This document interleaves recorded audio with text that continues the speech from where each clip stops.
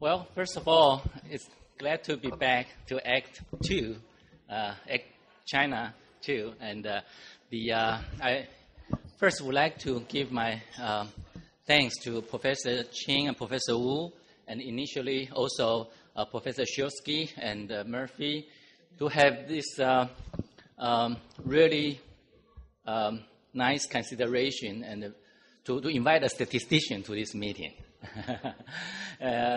You know that we like to be an integral part of cancer research, and we like to be included upfront, not as an afterthought. Okay, not when your paper got rejected, and or you know your grant got rejected, and you think, oh, we need a statistician. Okay, so I think it's a really forward thinking that to include statistician in this meeting. So I add a few slides, so I apologize for that. You know, those are not translated into Chinese, but I think you can probably catch the important theme I want to talk about. Statistic is a study of collection, organization, analysis, interpretation, and presentation of data. Okay? And we know data consists of signal plus noise. Signal is non-random. It's something we are interested in. Okay? Noise is random. And our job is to extract the signal and filter out the noise using probability theory. Okay? So statistics allow you to do that. When you have tons of data, some of them are, carry some signal, most of them are noise. How do you find out the signal, using the probability theory to filter out the noise? So statistics is like to do this, like finding a needle in a haystack. Okay? So the haystack is big. Most of them are noise, right? But perhaps there's a needle in there, and statistics help you to find that needle. Being a statistician, allow me to brag a little bit. Actually, a few years back, there's a survey of Wall Street Journal talking about what's the best profession, okay? And there were many things, not just salary, but also, in terms of the job satisfaction, in terms of the job environment, okay? As you can see, among the tops are related to mathematics and statistics, okay? So for mathematicians, actuaries, statisticians are among the top three, okay? On the other hand, you don't want to be the lumberjack and or dairy farmer or taxi driver. These are too hard, okay? So for those who are interested in learning statistics or change your career, please see me after the talk. It's just a joke, okay? But more seriously, I know many of you here are professors, are chairmen, are deans, and maybe president, okay? So whenever you have opportunity, please thinking about really include statisticians in your overall program. Okay? So it's better. I think China is on the rise, no question about that, in many areas, even biostatistics. Well, I know that there are many good statisticians was trained abroad and then returning to China. So if you are, I know many of you are in important positions, so please consider, really need to hire qualified statisticians, and that will help your research quite a bit. And there's a lot of fun to learn and use statistics. I hope in the next half an hour, I will show you some of that. Okay. So just to follow the very comprehensive talk given by Dr. Shulsky earlier, and I will focus on more statistical aspect of phase 2 trials. So phase 2 trial can be divided into the early part, called the initial assessment of drugs efficacy. That's phase 2A. The goal is to refine the drug's toxicity profile and drop inefficacious drugs. So it's a screening trial per se. Okay, you screen out the inefficacious one. And then after that, you can move into the later part of the phase 2, called phase 2B, and typically it's done in a randomized fashion to compare the efficacy among active agents and send the most promising ones to phase 3 trials. And you make a go or no-go decision at the end of the phase 2B. Okay? So for example, if you want to estimate the response rate of a new targeted agent, say MDA01, your goal is to estimate the response rate in metastatic lung cancer patients, okay? And we can say that the response rate, okay, oops, oh, I'm sorry. Okay. The response rate called theta, okay, is an unknown parameter. You don't know what the response rate is. It may be 10%, it may be 20%, it may be 40%, okay? So what do? You conduct a phase 2 clinical trial to collect data, and then you estimate the unknown parameter theta with the data by using two ways, okay? In statistics, typically, we use point estimation or interval estimations. That's the first way. The second way is called hypothesis testing, okay? And I will illustrate that in my talk. So first, I'd like to play a video for you, okay? In my talk, there will be 3 short videos, and to illustrate how you do estimation, how do you really estimate this unknown parameter, okay? So on the right, on my right-hand panel, I will play the video. On the left hand, actually, that's the end, that's the final result of the video, okay? So let me first try to show you the organization of the video at the end, okay? And then go back to how we play, okay? So as you can see here, this slide is divided into 4 panels. So the upper left panel shows the individual patients as they enter into the trial and their outcome, okay? And the upper right panel shows the bar chart of the response status, okay, whether there's no response or responses. And down below, it shows the estimation of the response rate in the Bayesian way, okay? This shows the Bayesian posterior probability, and on the right shows the frequentist confidence interval. Okay, so let's go back to this right panel and let's start. Okay, and in this trial, in this demo, I set the response rate to be 30% here. Okay, but you don't know, right? That's what we want to estimate from the data. So let's play the video. So before you start, in the Bayesian way, okay, down below here, it's a distribution of the response rate is flat, right? So that means you don't know anything. Okay? And now, okay, so now we enter 2 patients. The first patient is a failure, no response. The second patient is a response, right? So you can see that the distribution here, no response, response is 1 each. And down here, okay, the blue one, okay, is the previous result, the one previous to the current one. The red one is the current one. Okay, so what does it mean? We start with these flat things, right? Because before we start the trial, we don't know anything. And we assume the response rate is flat. But then when you have 0, you have 1 failures, okay? Then this is an updated result, the blue one. So as you can see that now it tends to be more like non-responders. And now, if you have 1 success, okay, following 1 failure, now you have this symmetric thing, okay, with the response rate mean is about 0.5. And on the right-hand side, it shows the confidence interval, okay? So let's let the video continue to play. Okay, now we finished 10 patients. Oops, oh, I'm sorry. Still. Okay, so let's play again. It illustrates how data can be used to inform the decision, okay? So here we have 10 patients treated. So now we see 4 out of 10 responses, as seen here from this bar chart, right? And this is the so-called the posterior distribution under the Bayesian method. You estimate where the response rate is.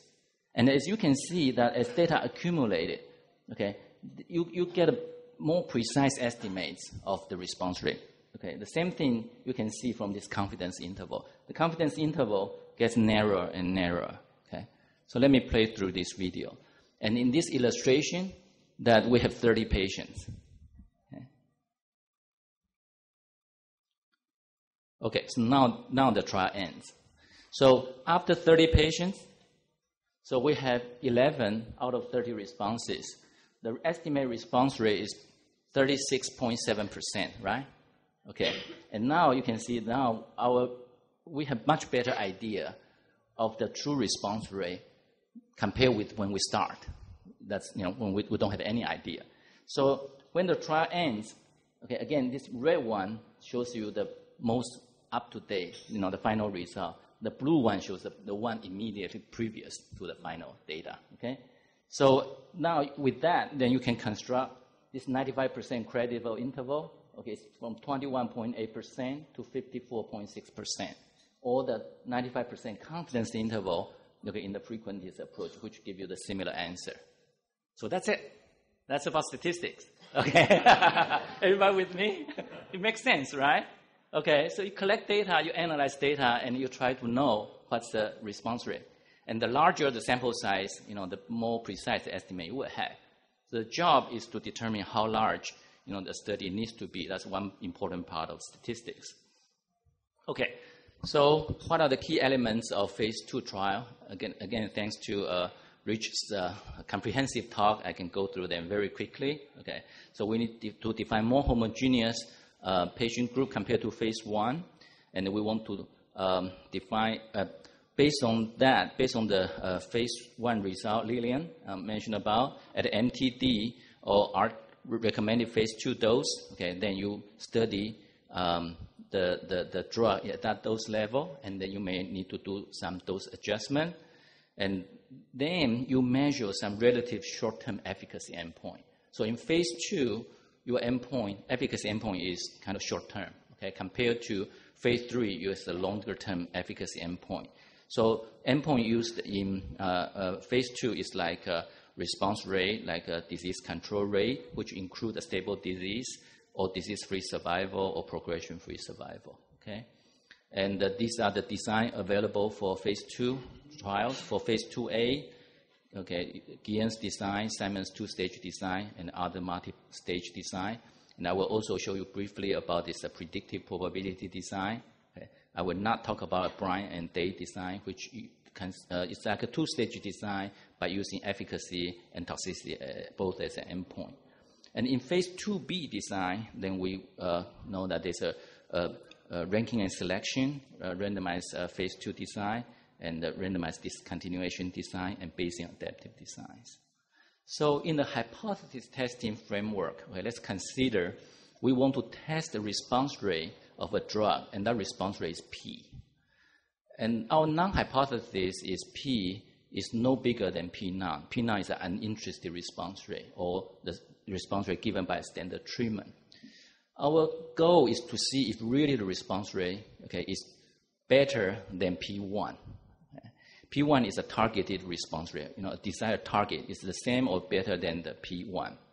But to do that, we need to control both the type 1 and type 2 error rates. So the hypothesis testing framework is like that. So you have truth, okay, it's either H0 or H1, and you have action. Okay. If the non-hypothesis is true, you say non-hypothesis is true, you are okay. But if not, if you say non-hypothesis is true, okay, drug is not working, you say drug is working, then you commit an alpha error rate, and that's type 1 error rate. Okay? On the other hand, if the drug is working and you say it's not working, then that's a beta error rate. Okay? And alpha is false positive and beta is false negative. So the sample size calculation is to find sample size to control both errors. Okay? For example, you'd like to find the sample size to control type 1 error rate to 5% with 80% power. And just kind of a very brief illustration. Suppose you want to estimate, a continuous variable, the reduction in tumor volume in a single-arm phase 2 trial. And suppose the non-hypothesis, you say there's no reduction. Okay, so the mean is 0. But in the alternative hypothesis, you say that there's a 5 centimeter square. Okay, the volume reduction. And again, I treat this as a continuous variable. Then our goal is to find the sample size. In this case, sample size 80. Then you try to separate these two hypotheses. And the dark blue area is the type 1 error rate, right? Because it's non-hypothesis true, and it's to the right of this red line here, means that you will reject the null hypothesis. On the other hand, the pink area is your statistical power. And I will talk a little bit more in the afternoon when I talk about phase 3 trial. So what's p-value? Okay, I will take this opportunity really to remind everybody what p-value is. P-value is a probability of obtaining the data as extreme as or more extreme than the observed result when the null hypothesis is true. You said that suppose treatment is not working, what's the chance that you see this data? Okay, so the smaller p-value is a smaller evidence against the null hypothesis. But remember, p-value is not the probability the null hypothesis is true. Okay, you need Bayesian method to do that. You frequently try to answer the question, suppose the parameter is fixed but data is random, then what's the outcome? And Bayesian is say data is fixed but parameter is random. Okay, so these are kind of complement to each other. And there's nothing sacred about p-value of 5%. Okay, it's just we need to have a cutoff to make a decision. And traditionally, we use a 5% as a cutoff. And also, please remember that statistical significance doesn't equal to clinical significance, because when sample size is large, even very small difference can be statistical significant. On the other hand, when sample size is small, then large difference may not be significant. Okay, so this is alpha, this is power, and the p-value is this light blue probability here shows you that the probability when you observe your data as extreme or more extreme than what you see, okay, when the null hypothesis is true. Okay. So to give you a numerical example, suppose you want to test the null hypothesis of 30% response rate, and you observe 14 responses in 30 patients. Okay, so what you do is that I highlight this 14% here. So this bar chart here is this histogram shows that the distribution of number of responses under the null hypothesis. So when null hypothesis is true, that means the response rate is 30%, and you have 30 patients. So this is a quiz for everybody. Okay, what do you think is the most likely outcome? How many responses you will see? How many? If true response rate is 30%, you have 30 patients, right? How many patients you will see they have responses? How many? 9, right? Ah, very good. So you're still awake. That's good. Okay, so you see 9 is here, right? 9 is right here. Can you see it? Okay. So the 9 has the highest probability of being observed. But you can observe anywhere from 0 to, in this case, 20. Okay, of course you can observe 30. Even if the true response rate is 30%, okay, you can statistically, okay, or probability speaking, you still can have 30 out of 30 responders. But it's very, very unlikely, right? And what we see is here, right, in this red bar, 14 out of 30 patient responses. But how to calculate p-value? In order to calculate p-value, you need to sum up all the as extreme or more extreme events. Okay, so highlight in this shady area. Okay, so numerically, the chance that you see 14 out of 30 responses when the true response rate is 30% is 2.3%. Okay, if you see 15 responses, it's 1.1%. Okay? So you add up all these events, then you come up with p-value equal 0.04, and you can construct the confidence interval as well, right? So in this case, where you reject the null hypothesis of 30%, suppose your type 1 error rate is 5%. How many of them will think you will reject? Raise your hand. Now the p-value is 0.04, okay? And you have 5% type 1 error rate. So how many of you will reject the null hypothesis? Raise your hand. Only one? How many of them will not reject the null hypothesis? Raise your hand. Oh, you need to take a guess. It's okay to be wrong, okay? Okay, let me ask again. How many of them will reject the null hypothesis? Raise your hand. Yeah, very good. Yeah, you will, right? Okay. Because it's less than your 5%, right? So you will reject the null hypothesis, say that the response rate is 30%. Okay, good. So, more quiz, okay? So, we just saw that in order to test this non-hypothesis of 30%, if you see 14 out of 30 responses, the estimated response rate is 47%, and p-value is 0.04, okay? So suppose you have 7 out of 15 responses. The estimated response rate is also set 47%. What do you think the p-value will be? Smaller or bigger? Bigger. Very good. Okay? It's because we have less data, right? Okay. But on the other hand, if we observe 28 out of 60 responses, again, the same response rate, what do you think the p-value will be? Smaller, much smaller. It's only 0.005, right? Okay. Now this is the harder one. Suppose you observe 9 out of 15 responses. So the response rate is 60%. What do you think the p-value will be? Bigger than 5% or less than 5%? Take a guess. Bigger than 5%, raise your hand. Okay. It's less than 5%. So that tells us we are not very good, okay, in terms of making this judgment. Okay, so we need statisticians, sorry. Okay, suppose you observe 24 out of 60 responses, you have 40% responses, then p-value is 0.063. Again, the last two examples is a little bit harder, okay? And you don't know it until you compute it, but you need to understand the concept. So the p-value is a probability of observing the data as extreme as or more extreme than what you see, suppose the non-hypothesis is true, okay? And if that probability is small, then you reject the non-hypothesis. Okay, let's go over quickly about various designs. So Keans design, assuming the true response rate under the norm is 0. Okay, it was proposed in the 60s. At that time, really nothing works, okay, for solid tumor. And then as long as we see some non-zero response rate, we are happy. So in the first stage, you enroll N1 patient, and if no one responds, then you quit. Okay, you reject the non-hypothesis. You reject the alternative hypothesis. You say drug is not working. But if you see at least one responses, then you enroll more patients, and then you estimate the response rate. So in this case, the type 1 error rate is actually 0. Okay?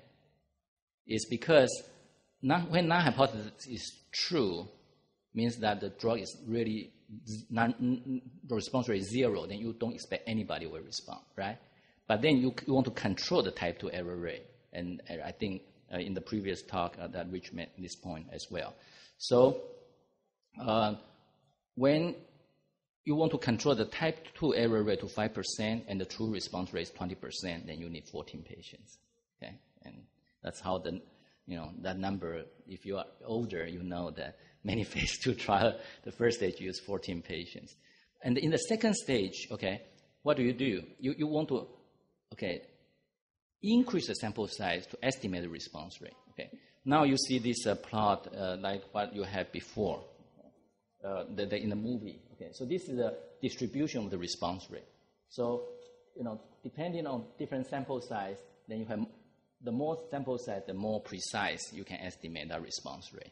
So in this case, suppose you want to estimate the response rate with standard error of 5%, and the true response rate is 20%, then you need 64 patients.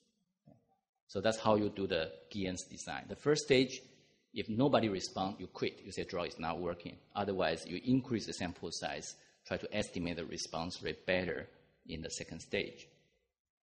So how about Simon's optimal two-stage design? Okay. So you assume the true response rate is non-zero, is say 10%, 20%, or 30%, and you assume the new treatment can improve the response rate by an amount of delta. And delta is typically 15 or 25%. Okay? So again, you do two-stage design, and you decide the cutoff, for the first stage, and then the cutoff the second stage. So there are two types of designs. One, the optimal design is minimizing the expected sample size, and minimax design is minimize the maximum sample size. So, for example, in this illustration, suppose we want to test a response rate of 10% versus 25% with alpha equal to beta equal to 10%. Then basically it says that for the optimal design, you need to enroll 21 patients in the first stage. If you see 0, 1, 2 responses, you quit. okay, and say drug is not working. Otherwise, if you enroll 29 more to a total of 50 patients, at the end, if you see 7 or less responses, you say drug is not working. If you see 8 or more responses, you say drug is working. With that, then you can have the estimated sample size and the probability of early termination, okay, estimated. And there are programs available to help you to calculate that design. In the afternoon, there are 3 groups. You will work on phase 2 trials, and maybe the first design you should consider is this kind of design. Okay, this is the simple, straightforward design, and then I can help you to calculate the sample size. And this shows you that in this case, the response rate we are testing is 0.2 versus 0.4. Okay, and then as you can see here, minimax design requires 36 total, but first stage you need 19 patients. On the other hand, optimal design you need 37 patients, but you have a smaller first stage. So it's a trade-off. Okay, comments on Simon's design. So suitable for non-zero response rate, allow early stopping for futility, means if drug is not working, you stop early, that's a good thing. And it also does not allow stopping due to initial efficacy. So first stage, you cannot say, oh, drug is wonderful, you stop the trial. No, you can't. Okay, and that's a good thing. Why? It's because you still have a very small number of patients, right?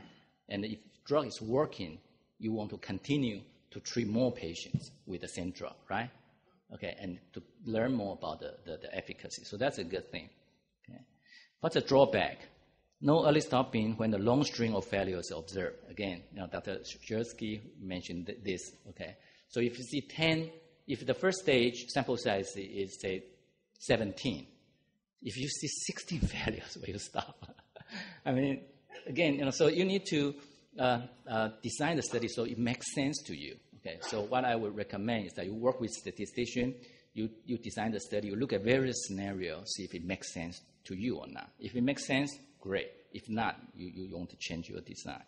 And also, one other drawback is that, like many other frequencies design, when the study conduct is deviate from the design. Suppose the first stage you need to enroll 15 patients, but you over-enrolled it. Okay, you have 17 patients. Now what do we do?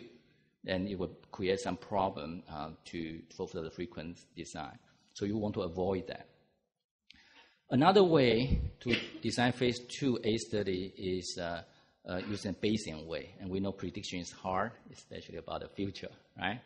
Okay, so just to give you a very brief introduction of the Bayesian design, again, I mentioned this before. Assume data is fixed, but parameter is random. And you make the inference based on probability of the parameter given data through the Bayes theorem. Bayes 1, 2, 3. Okay, Bayesian 1, 2, 3 is basically you have the prior distribution and then plus the data, then you get your posterior. Okay, so you have your prior assumption, then you see the data, you synthesize the information, then you form your posterior. It's adaptive in nature, and Bayesian design allow you continue to learn. So the posterior information contains everything, about the data by synthesizing the prior and data. It has all the information of the parameter of interest. It's ideal for clinical trials. So one design we propose is called predictive probability design. Again, I will not go into the statistical details, but just to tell you that predictive probability is a probability of rejecting the non-hypothesis at the end of the study. Suppose the current trend continue, okay, given the current data. So that is, you are in the middle of the study, and you say the current trend continue, what's the chance that you will have the positive study at the end? So if that probability is very low, then you may as well stop the trial now. Okay? Otherwise, you continue until you reach the maximum sample size. Okay. So in phase 2A trial, we typically don't stop the trial due to early efficacy. We only stop the trial if the evidence shows that drug is not working. Okay. And this shows you the stopping boundary for the design.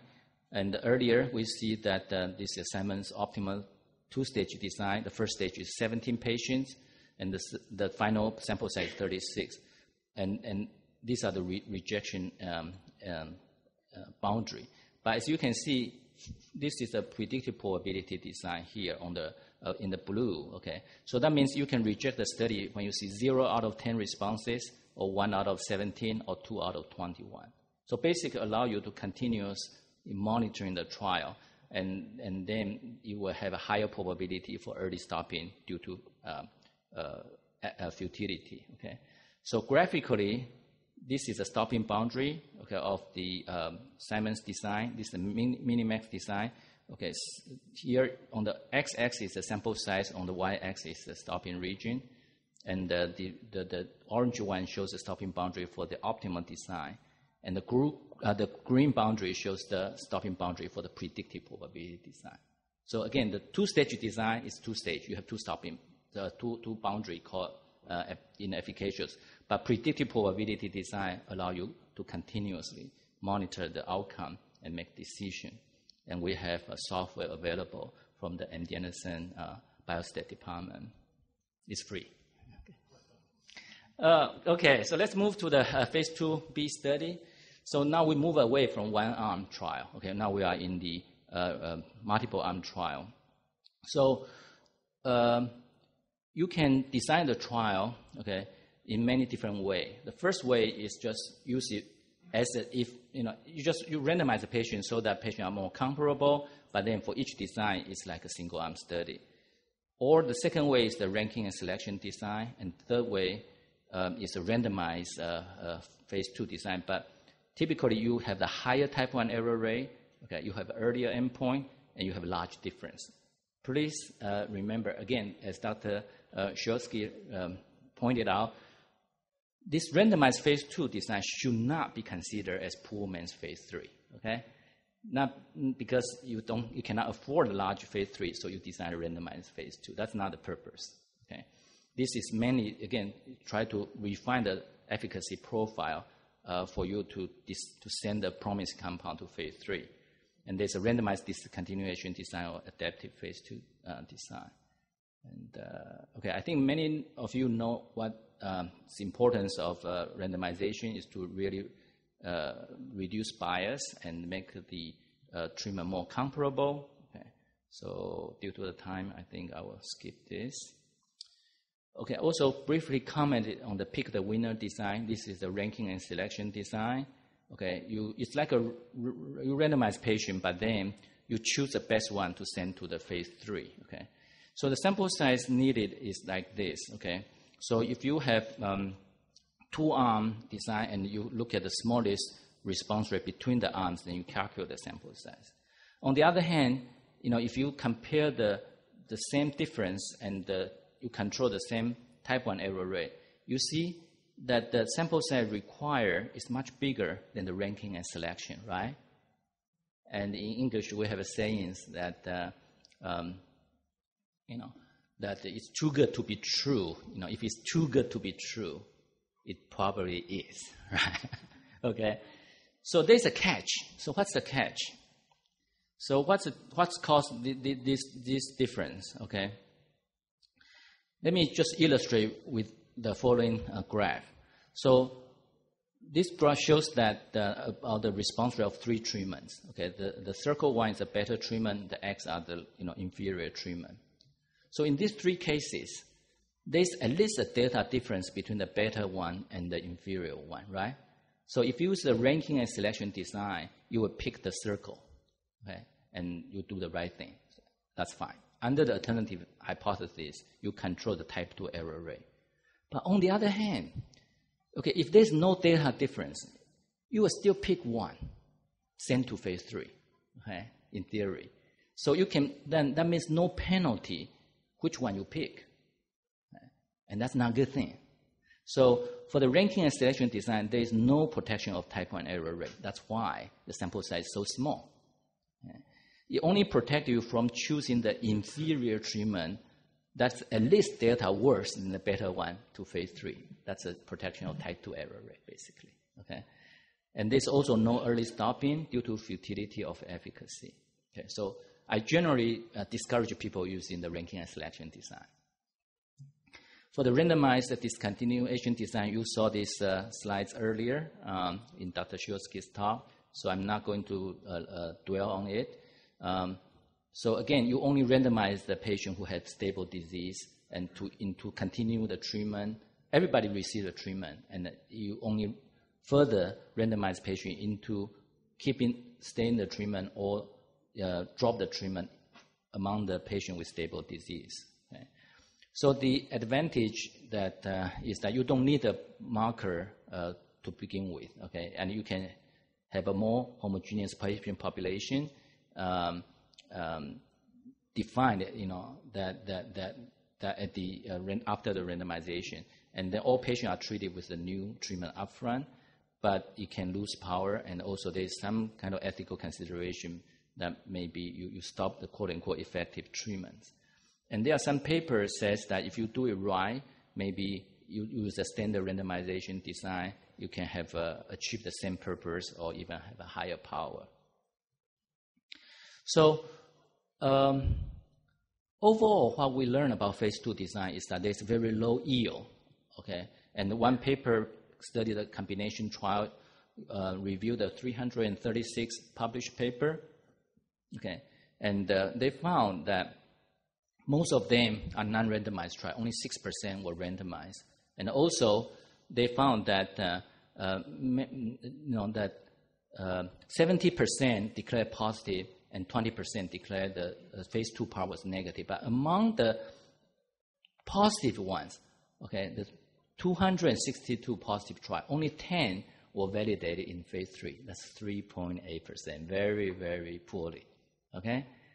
So we got to do better. And why is that? And there are many reasons. One of the reasons is that many of them are non-randomized. I think that's one of the key reasons. Okay, so in the phase 2B part, really we need to randomize patients, and we need to really this clearly shows us there are a lot of false positive rate, and we need to reduce that. So the last part of my talk will show you about the adaptive design. Okay, how can we do better? We want to stop the trial using early if drug is not working, and then we adaptively find the best dose and schedule. Okay, and we can do the outcome adaptive randomization, etc. Okay, and we need to select and validate in predictive markers. And I would defer the presentation of seamless phase 2-3 design into my talk in the afternoon. So Bayesian paradigm allows us to learn as we go. Okay. So I'd just like to show you briefly how we do this battle trial in non-small cell lung cancer at advanced stage. There are 4 treatments, and we have only 200 patients, but then we have 11 biomarkers. Now, how do we test treatment efficacy, test the biomarker effect, and also treat patient best in the trial? And both the design and the final result has been published. So in terms of study schema, everybody registered in the umbrella protocol. We take the biopsy, and we analyze biomarker profile, group patient into different biomarker group. First, equally randomized patients, and then after that, after we learn about the outcome, we adaptive randomized patient into the 4 arms. The primary endpoint is the 8 weeks disease control, and then this gives you more detail about how we do adaptive randomization, but basically it's proportional to the effect of the treatments. Okay, and then we also allow early stopping due to futility. We don't put patient in the arm if the patient has certain biomarker that shows that that treatment is not working. And at the end, we have a rule to declare efficacy. So this is the second video. So again, the end. I show you the end first, so you appreciate what you will see at the end. And then the left panel here shows you how patients continue to enroll in the trial. With the darker area shows the number of disease control, and then the lighter area is no disease control. On the right, this is the probability of randomization. Okay, so when we start the trial, let's move to the right panel here, the right screen here. So when we start the trial, we don't have much information, so we equally randomize patient into 4 arms. So randomization probability is 25%. So now you see that we have 3 patients, right? Okay, so let me click the video to let it play. So as the trial continue to run, okay, and in this is a demo example, not the real data, and we designed it such that we equally randomize patient when we have, for the first 40 patients. So each arm gave 10 patients. And you can see right now, arm 4 is the best, right, based on the data. That's why we put more patients in arm 4, and arm 2 is the worst, because so far there's no responders. Okay? So as you continue to play, now the arm 4, the randomization probability continue to increase compared to others. And for arm 2, it's not doing well, so we put less patients here, okay?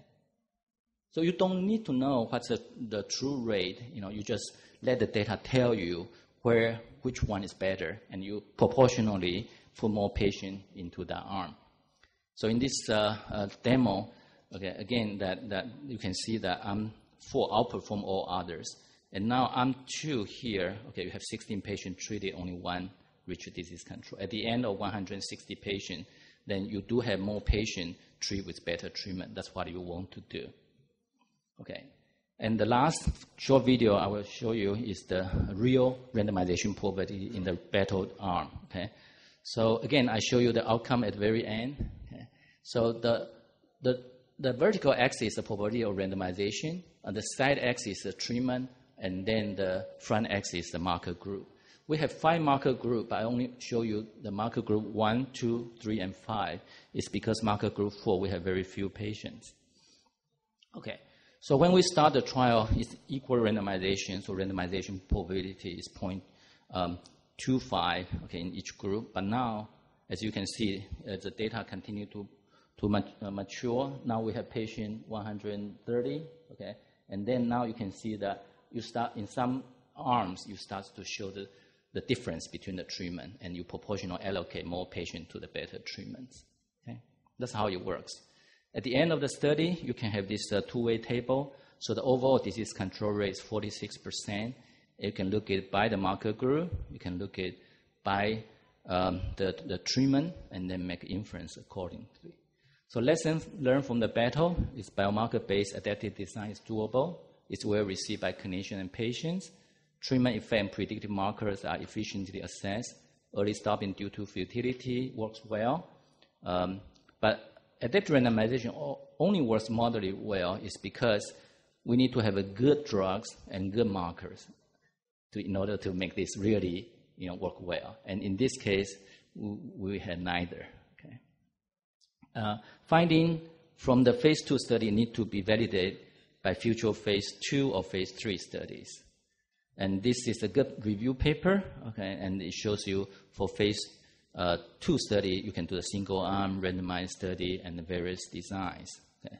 And then these are the endpoints and design to be considered. Okay. So again, I hope you'll get the slides and you read more in the paper to learn more. I only have very limited time here, so I appreciate the opportunity to allow me to run through this quickly, and this is the take-home message. Okay, I covered most of them in my talk, so I don't want to repeat it. Okay, I think I run over time as well, so I'll stop here. Thank you.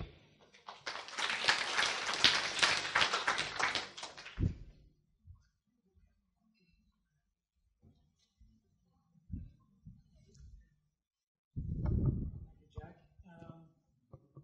questions?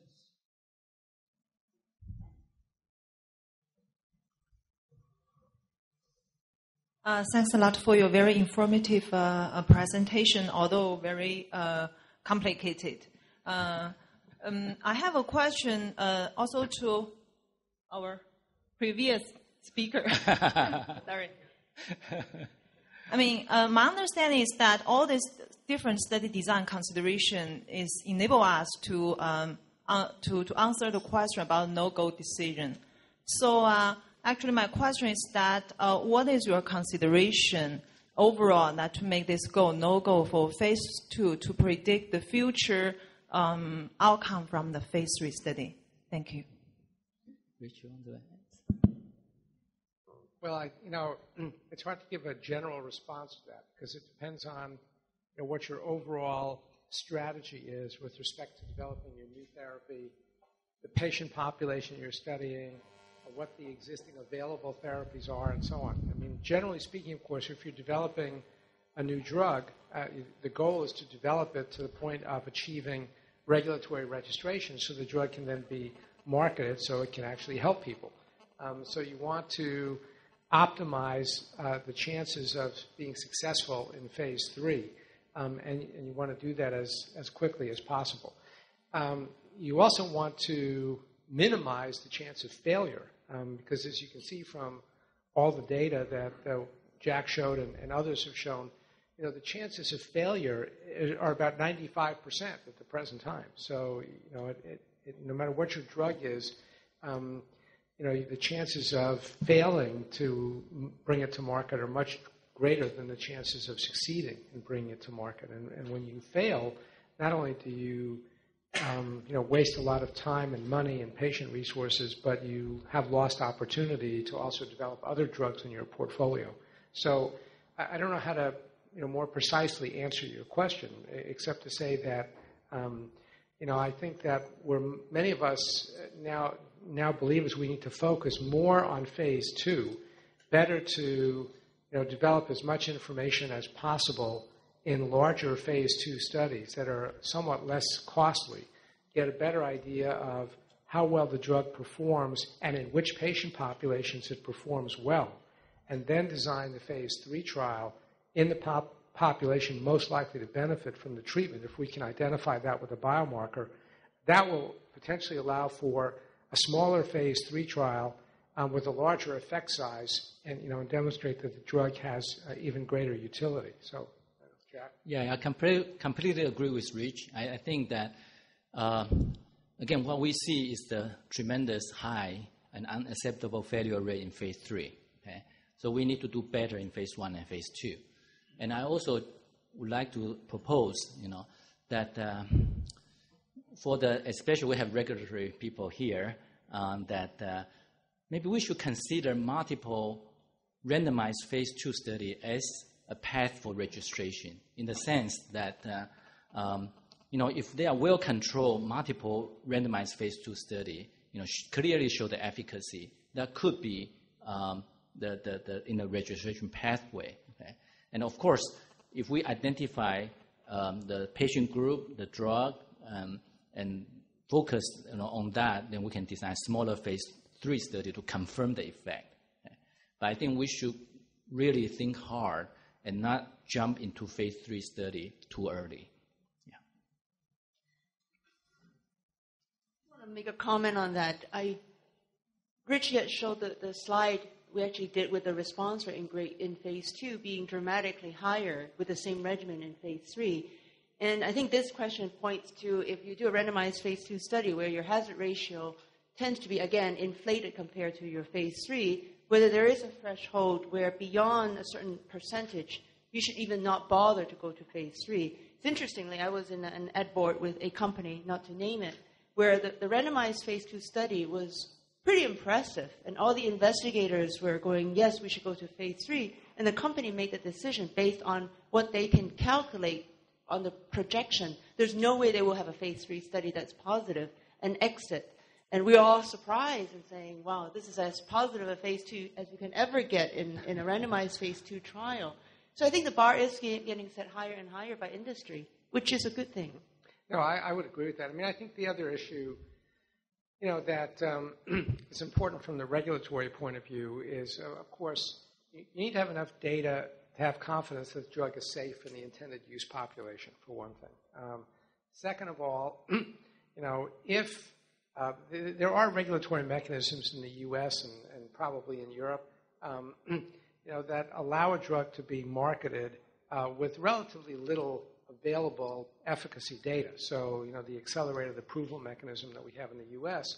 allows a drug to be put on the market, if the data shows that it's reasonably likely to produce clinical benefit. And then there have to be confirmatory studies that are then done by the sponsor to confirm that the benefit actually exists. And there's a risk that if the confirmatory studies do not confirm the benefit, then the marketing approval can be withdrawn.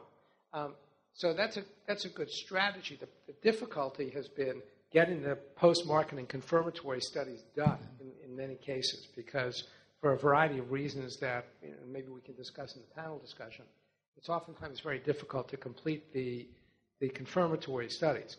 But to some extent, if the drug is safe, and if there is reasonably strong evidence, say from multiple randomized phase 2 studies, I would agree that it would not be unreasonable to approve the drug for marketing so long as the confirmatory studies can be completed fairly quickly, and so long as it's understood that the drug's approval could be withdrawn if the confirmatory studies actually failed.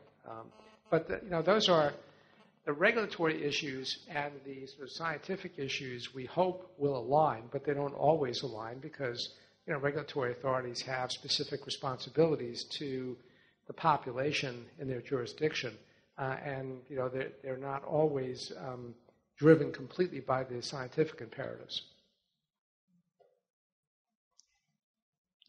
Jack, can I ask a quick question? The battle trial, is in a sense a new generation type trial in terms of trying to use a number of different targeted therapies and, of course, molecularly characterized at the same time. Are there any unique challenges to the statistician in that evolutionary type of knowledge gain using Bayesian adaptive methodologies where you're incorporating biology but also therapeutic response? Yes. That really challenge from a statistical point of view? Yeah. Thank you for asking the question. Yes, indeed. Actually, even though Bayesian method is very promising, but currently in clinical trial world, it's still predominantly frequent test. Okay? And especially for FDA, US FDA, they are still, the dogma is still pretty strongly favor the frequent test approach. So the first challenge is education. Okay? So we all need to learn about difference between the two approaches. And I have to say, in statistical world, in the past, the two camps fighting with each other. Okay, the Bayesian and frequent tests are competitive. The current one is competitive. Okay, we need to learn both and decide which one is better in which setting. Okay? But in the future, I think it will be collaborative. Okay, so the first challenge is to educate among the clinicians, even among the statisticians. We need to learn it rather than say kind of discount it right away, okay, or embrace it without knowing what's the properties. The second challenge for the Bayesian method, actually, Rich talk, he also mentioned that is that all these outcomes need to be collected timely, and you need to have a system to do that, especially for multi-center trial. So what we did is we developed a web-based database, okay, to allow investigators record not only register the patient, but for the pathology, molecular pathology, whenever they have the result, they just log into the computer. Okay, it may be 10 o'clock at night, okay? And when the patient come back for visit, we also have their response variable enter timely, and we have this email notification system. So for the patient that they are due to come back for clinical visit, we send out the email to registered nurse and ask them to schedule patients. And if the outcome is supposed to come back and it's overdue by 2 weeks, we send an email and say, what's going on? Please check what's the outcome. So they are a lot more complicated to do the adaptive trials. But it's a good thing because that helps us to increase the quality of the data.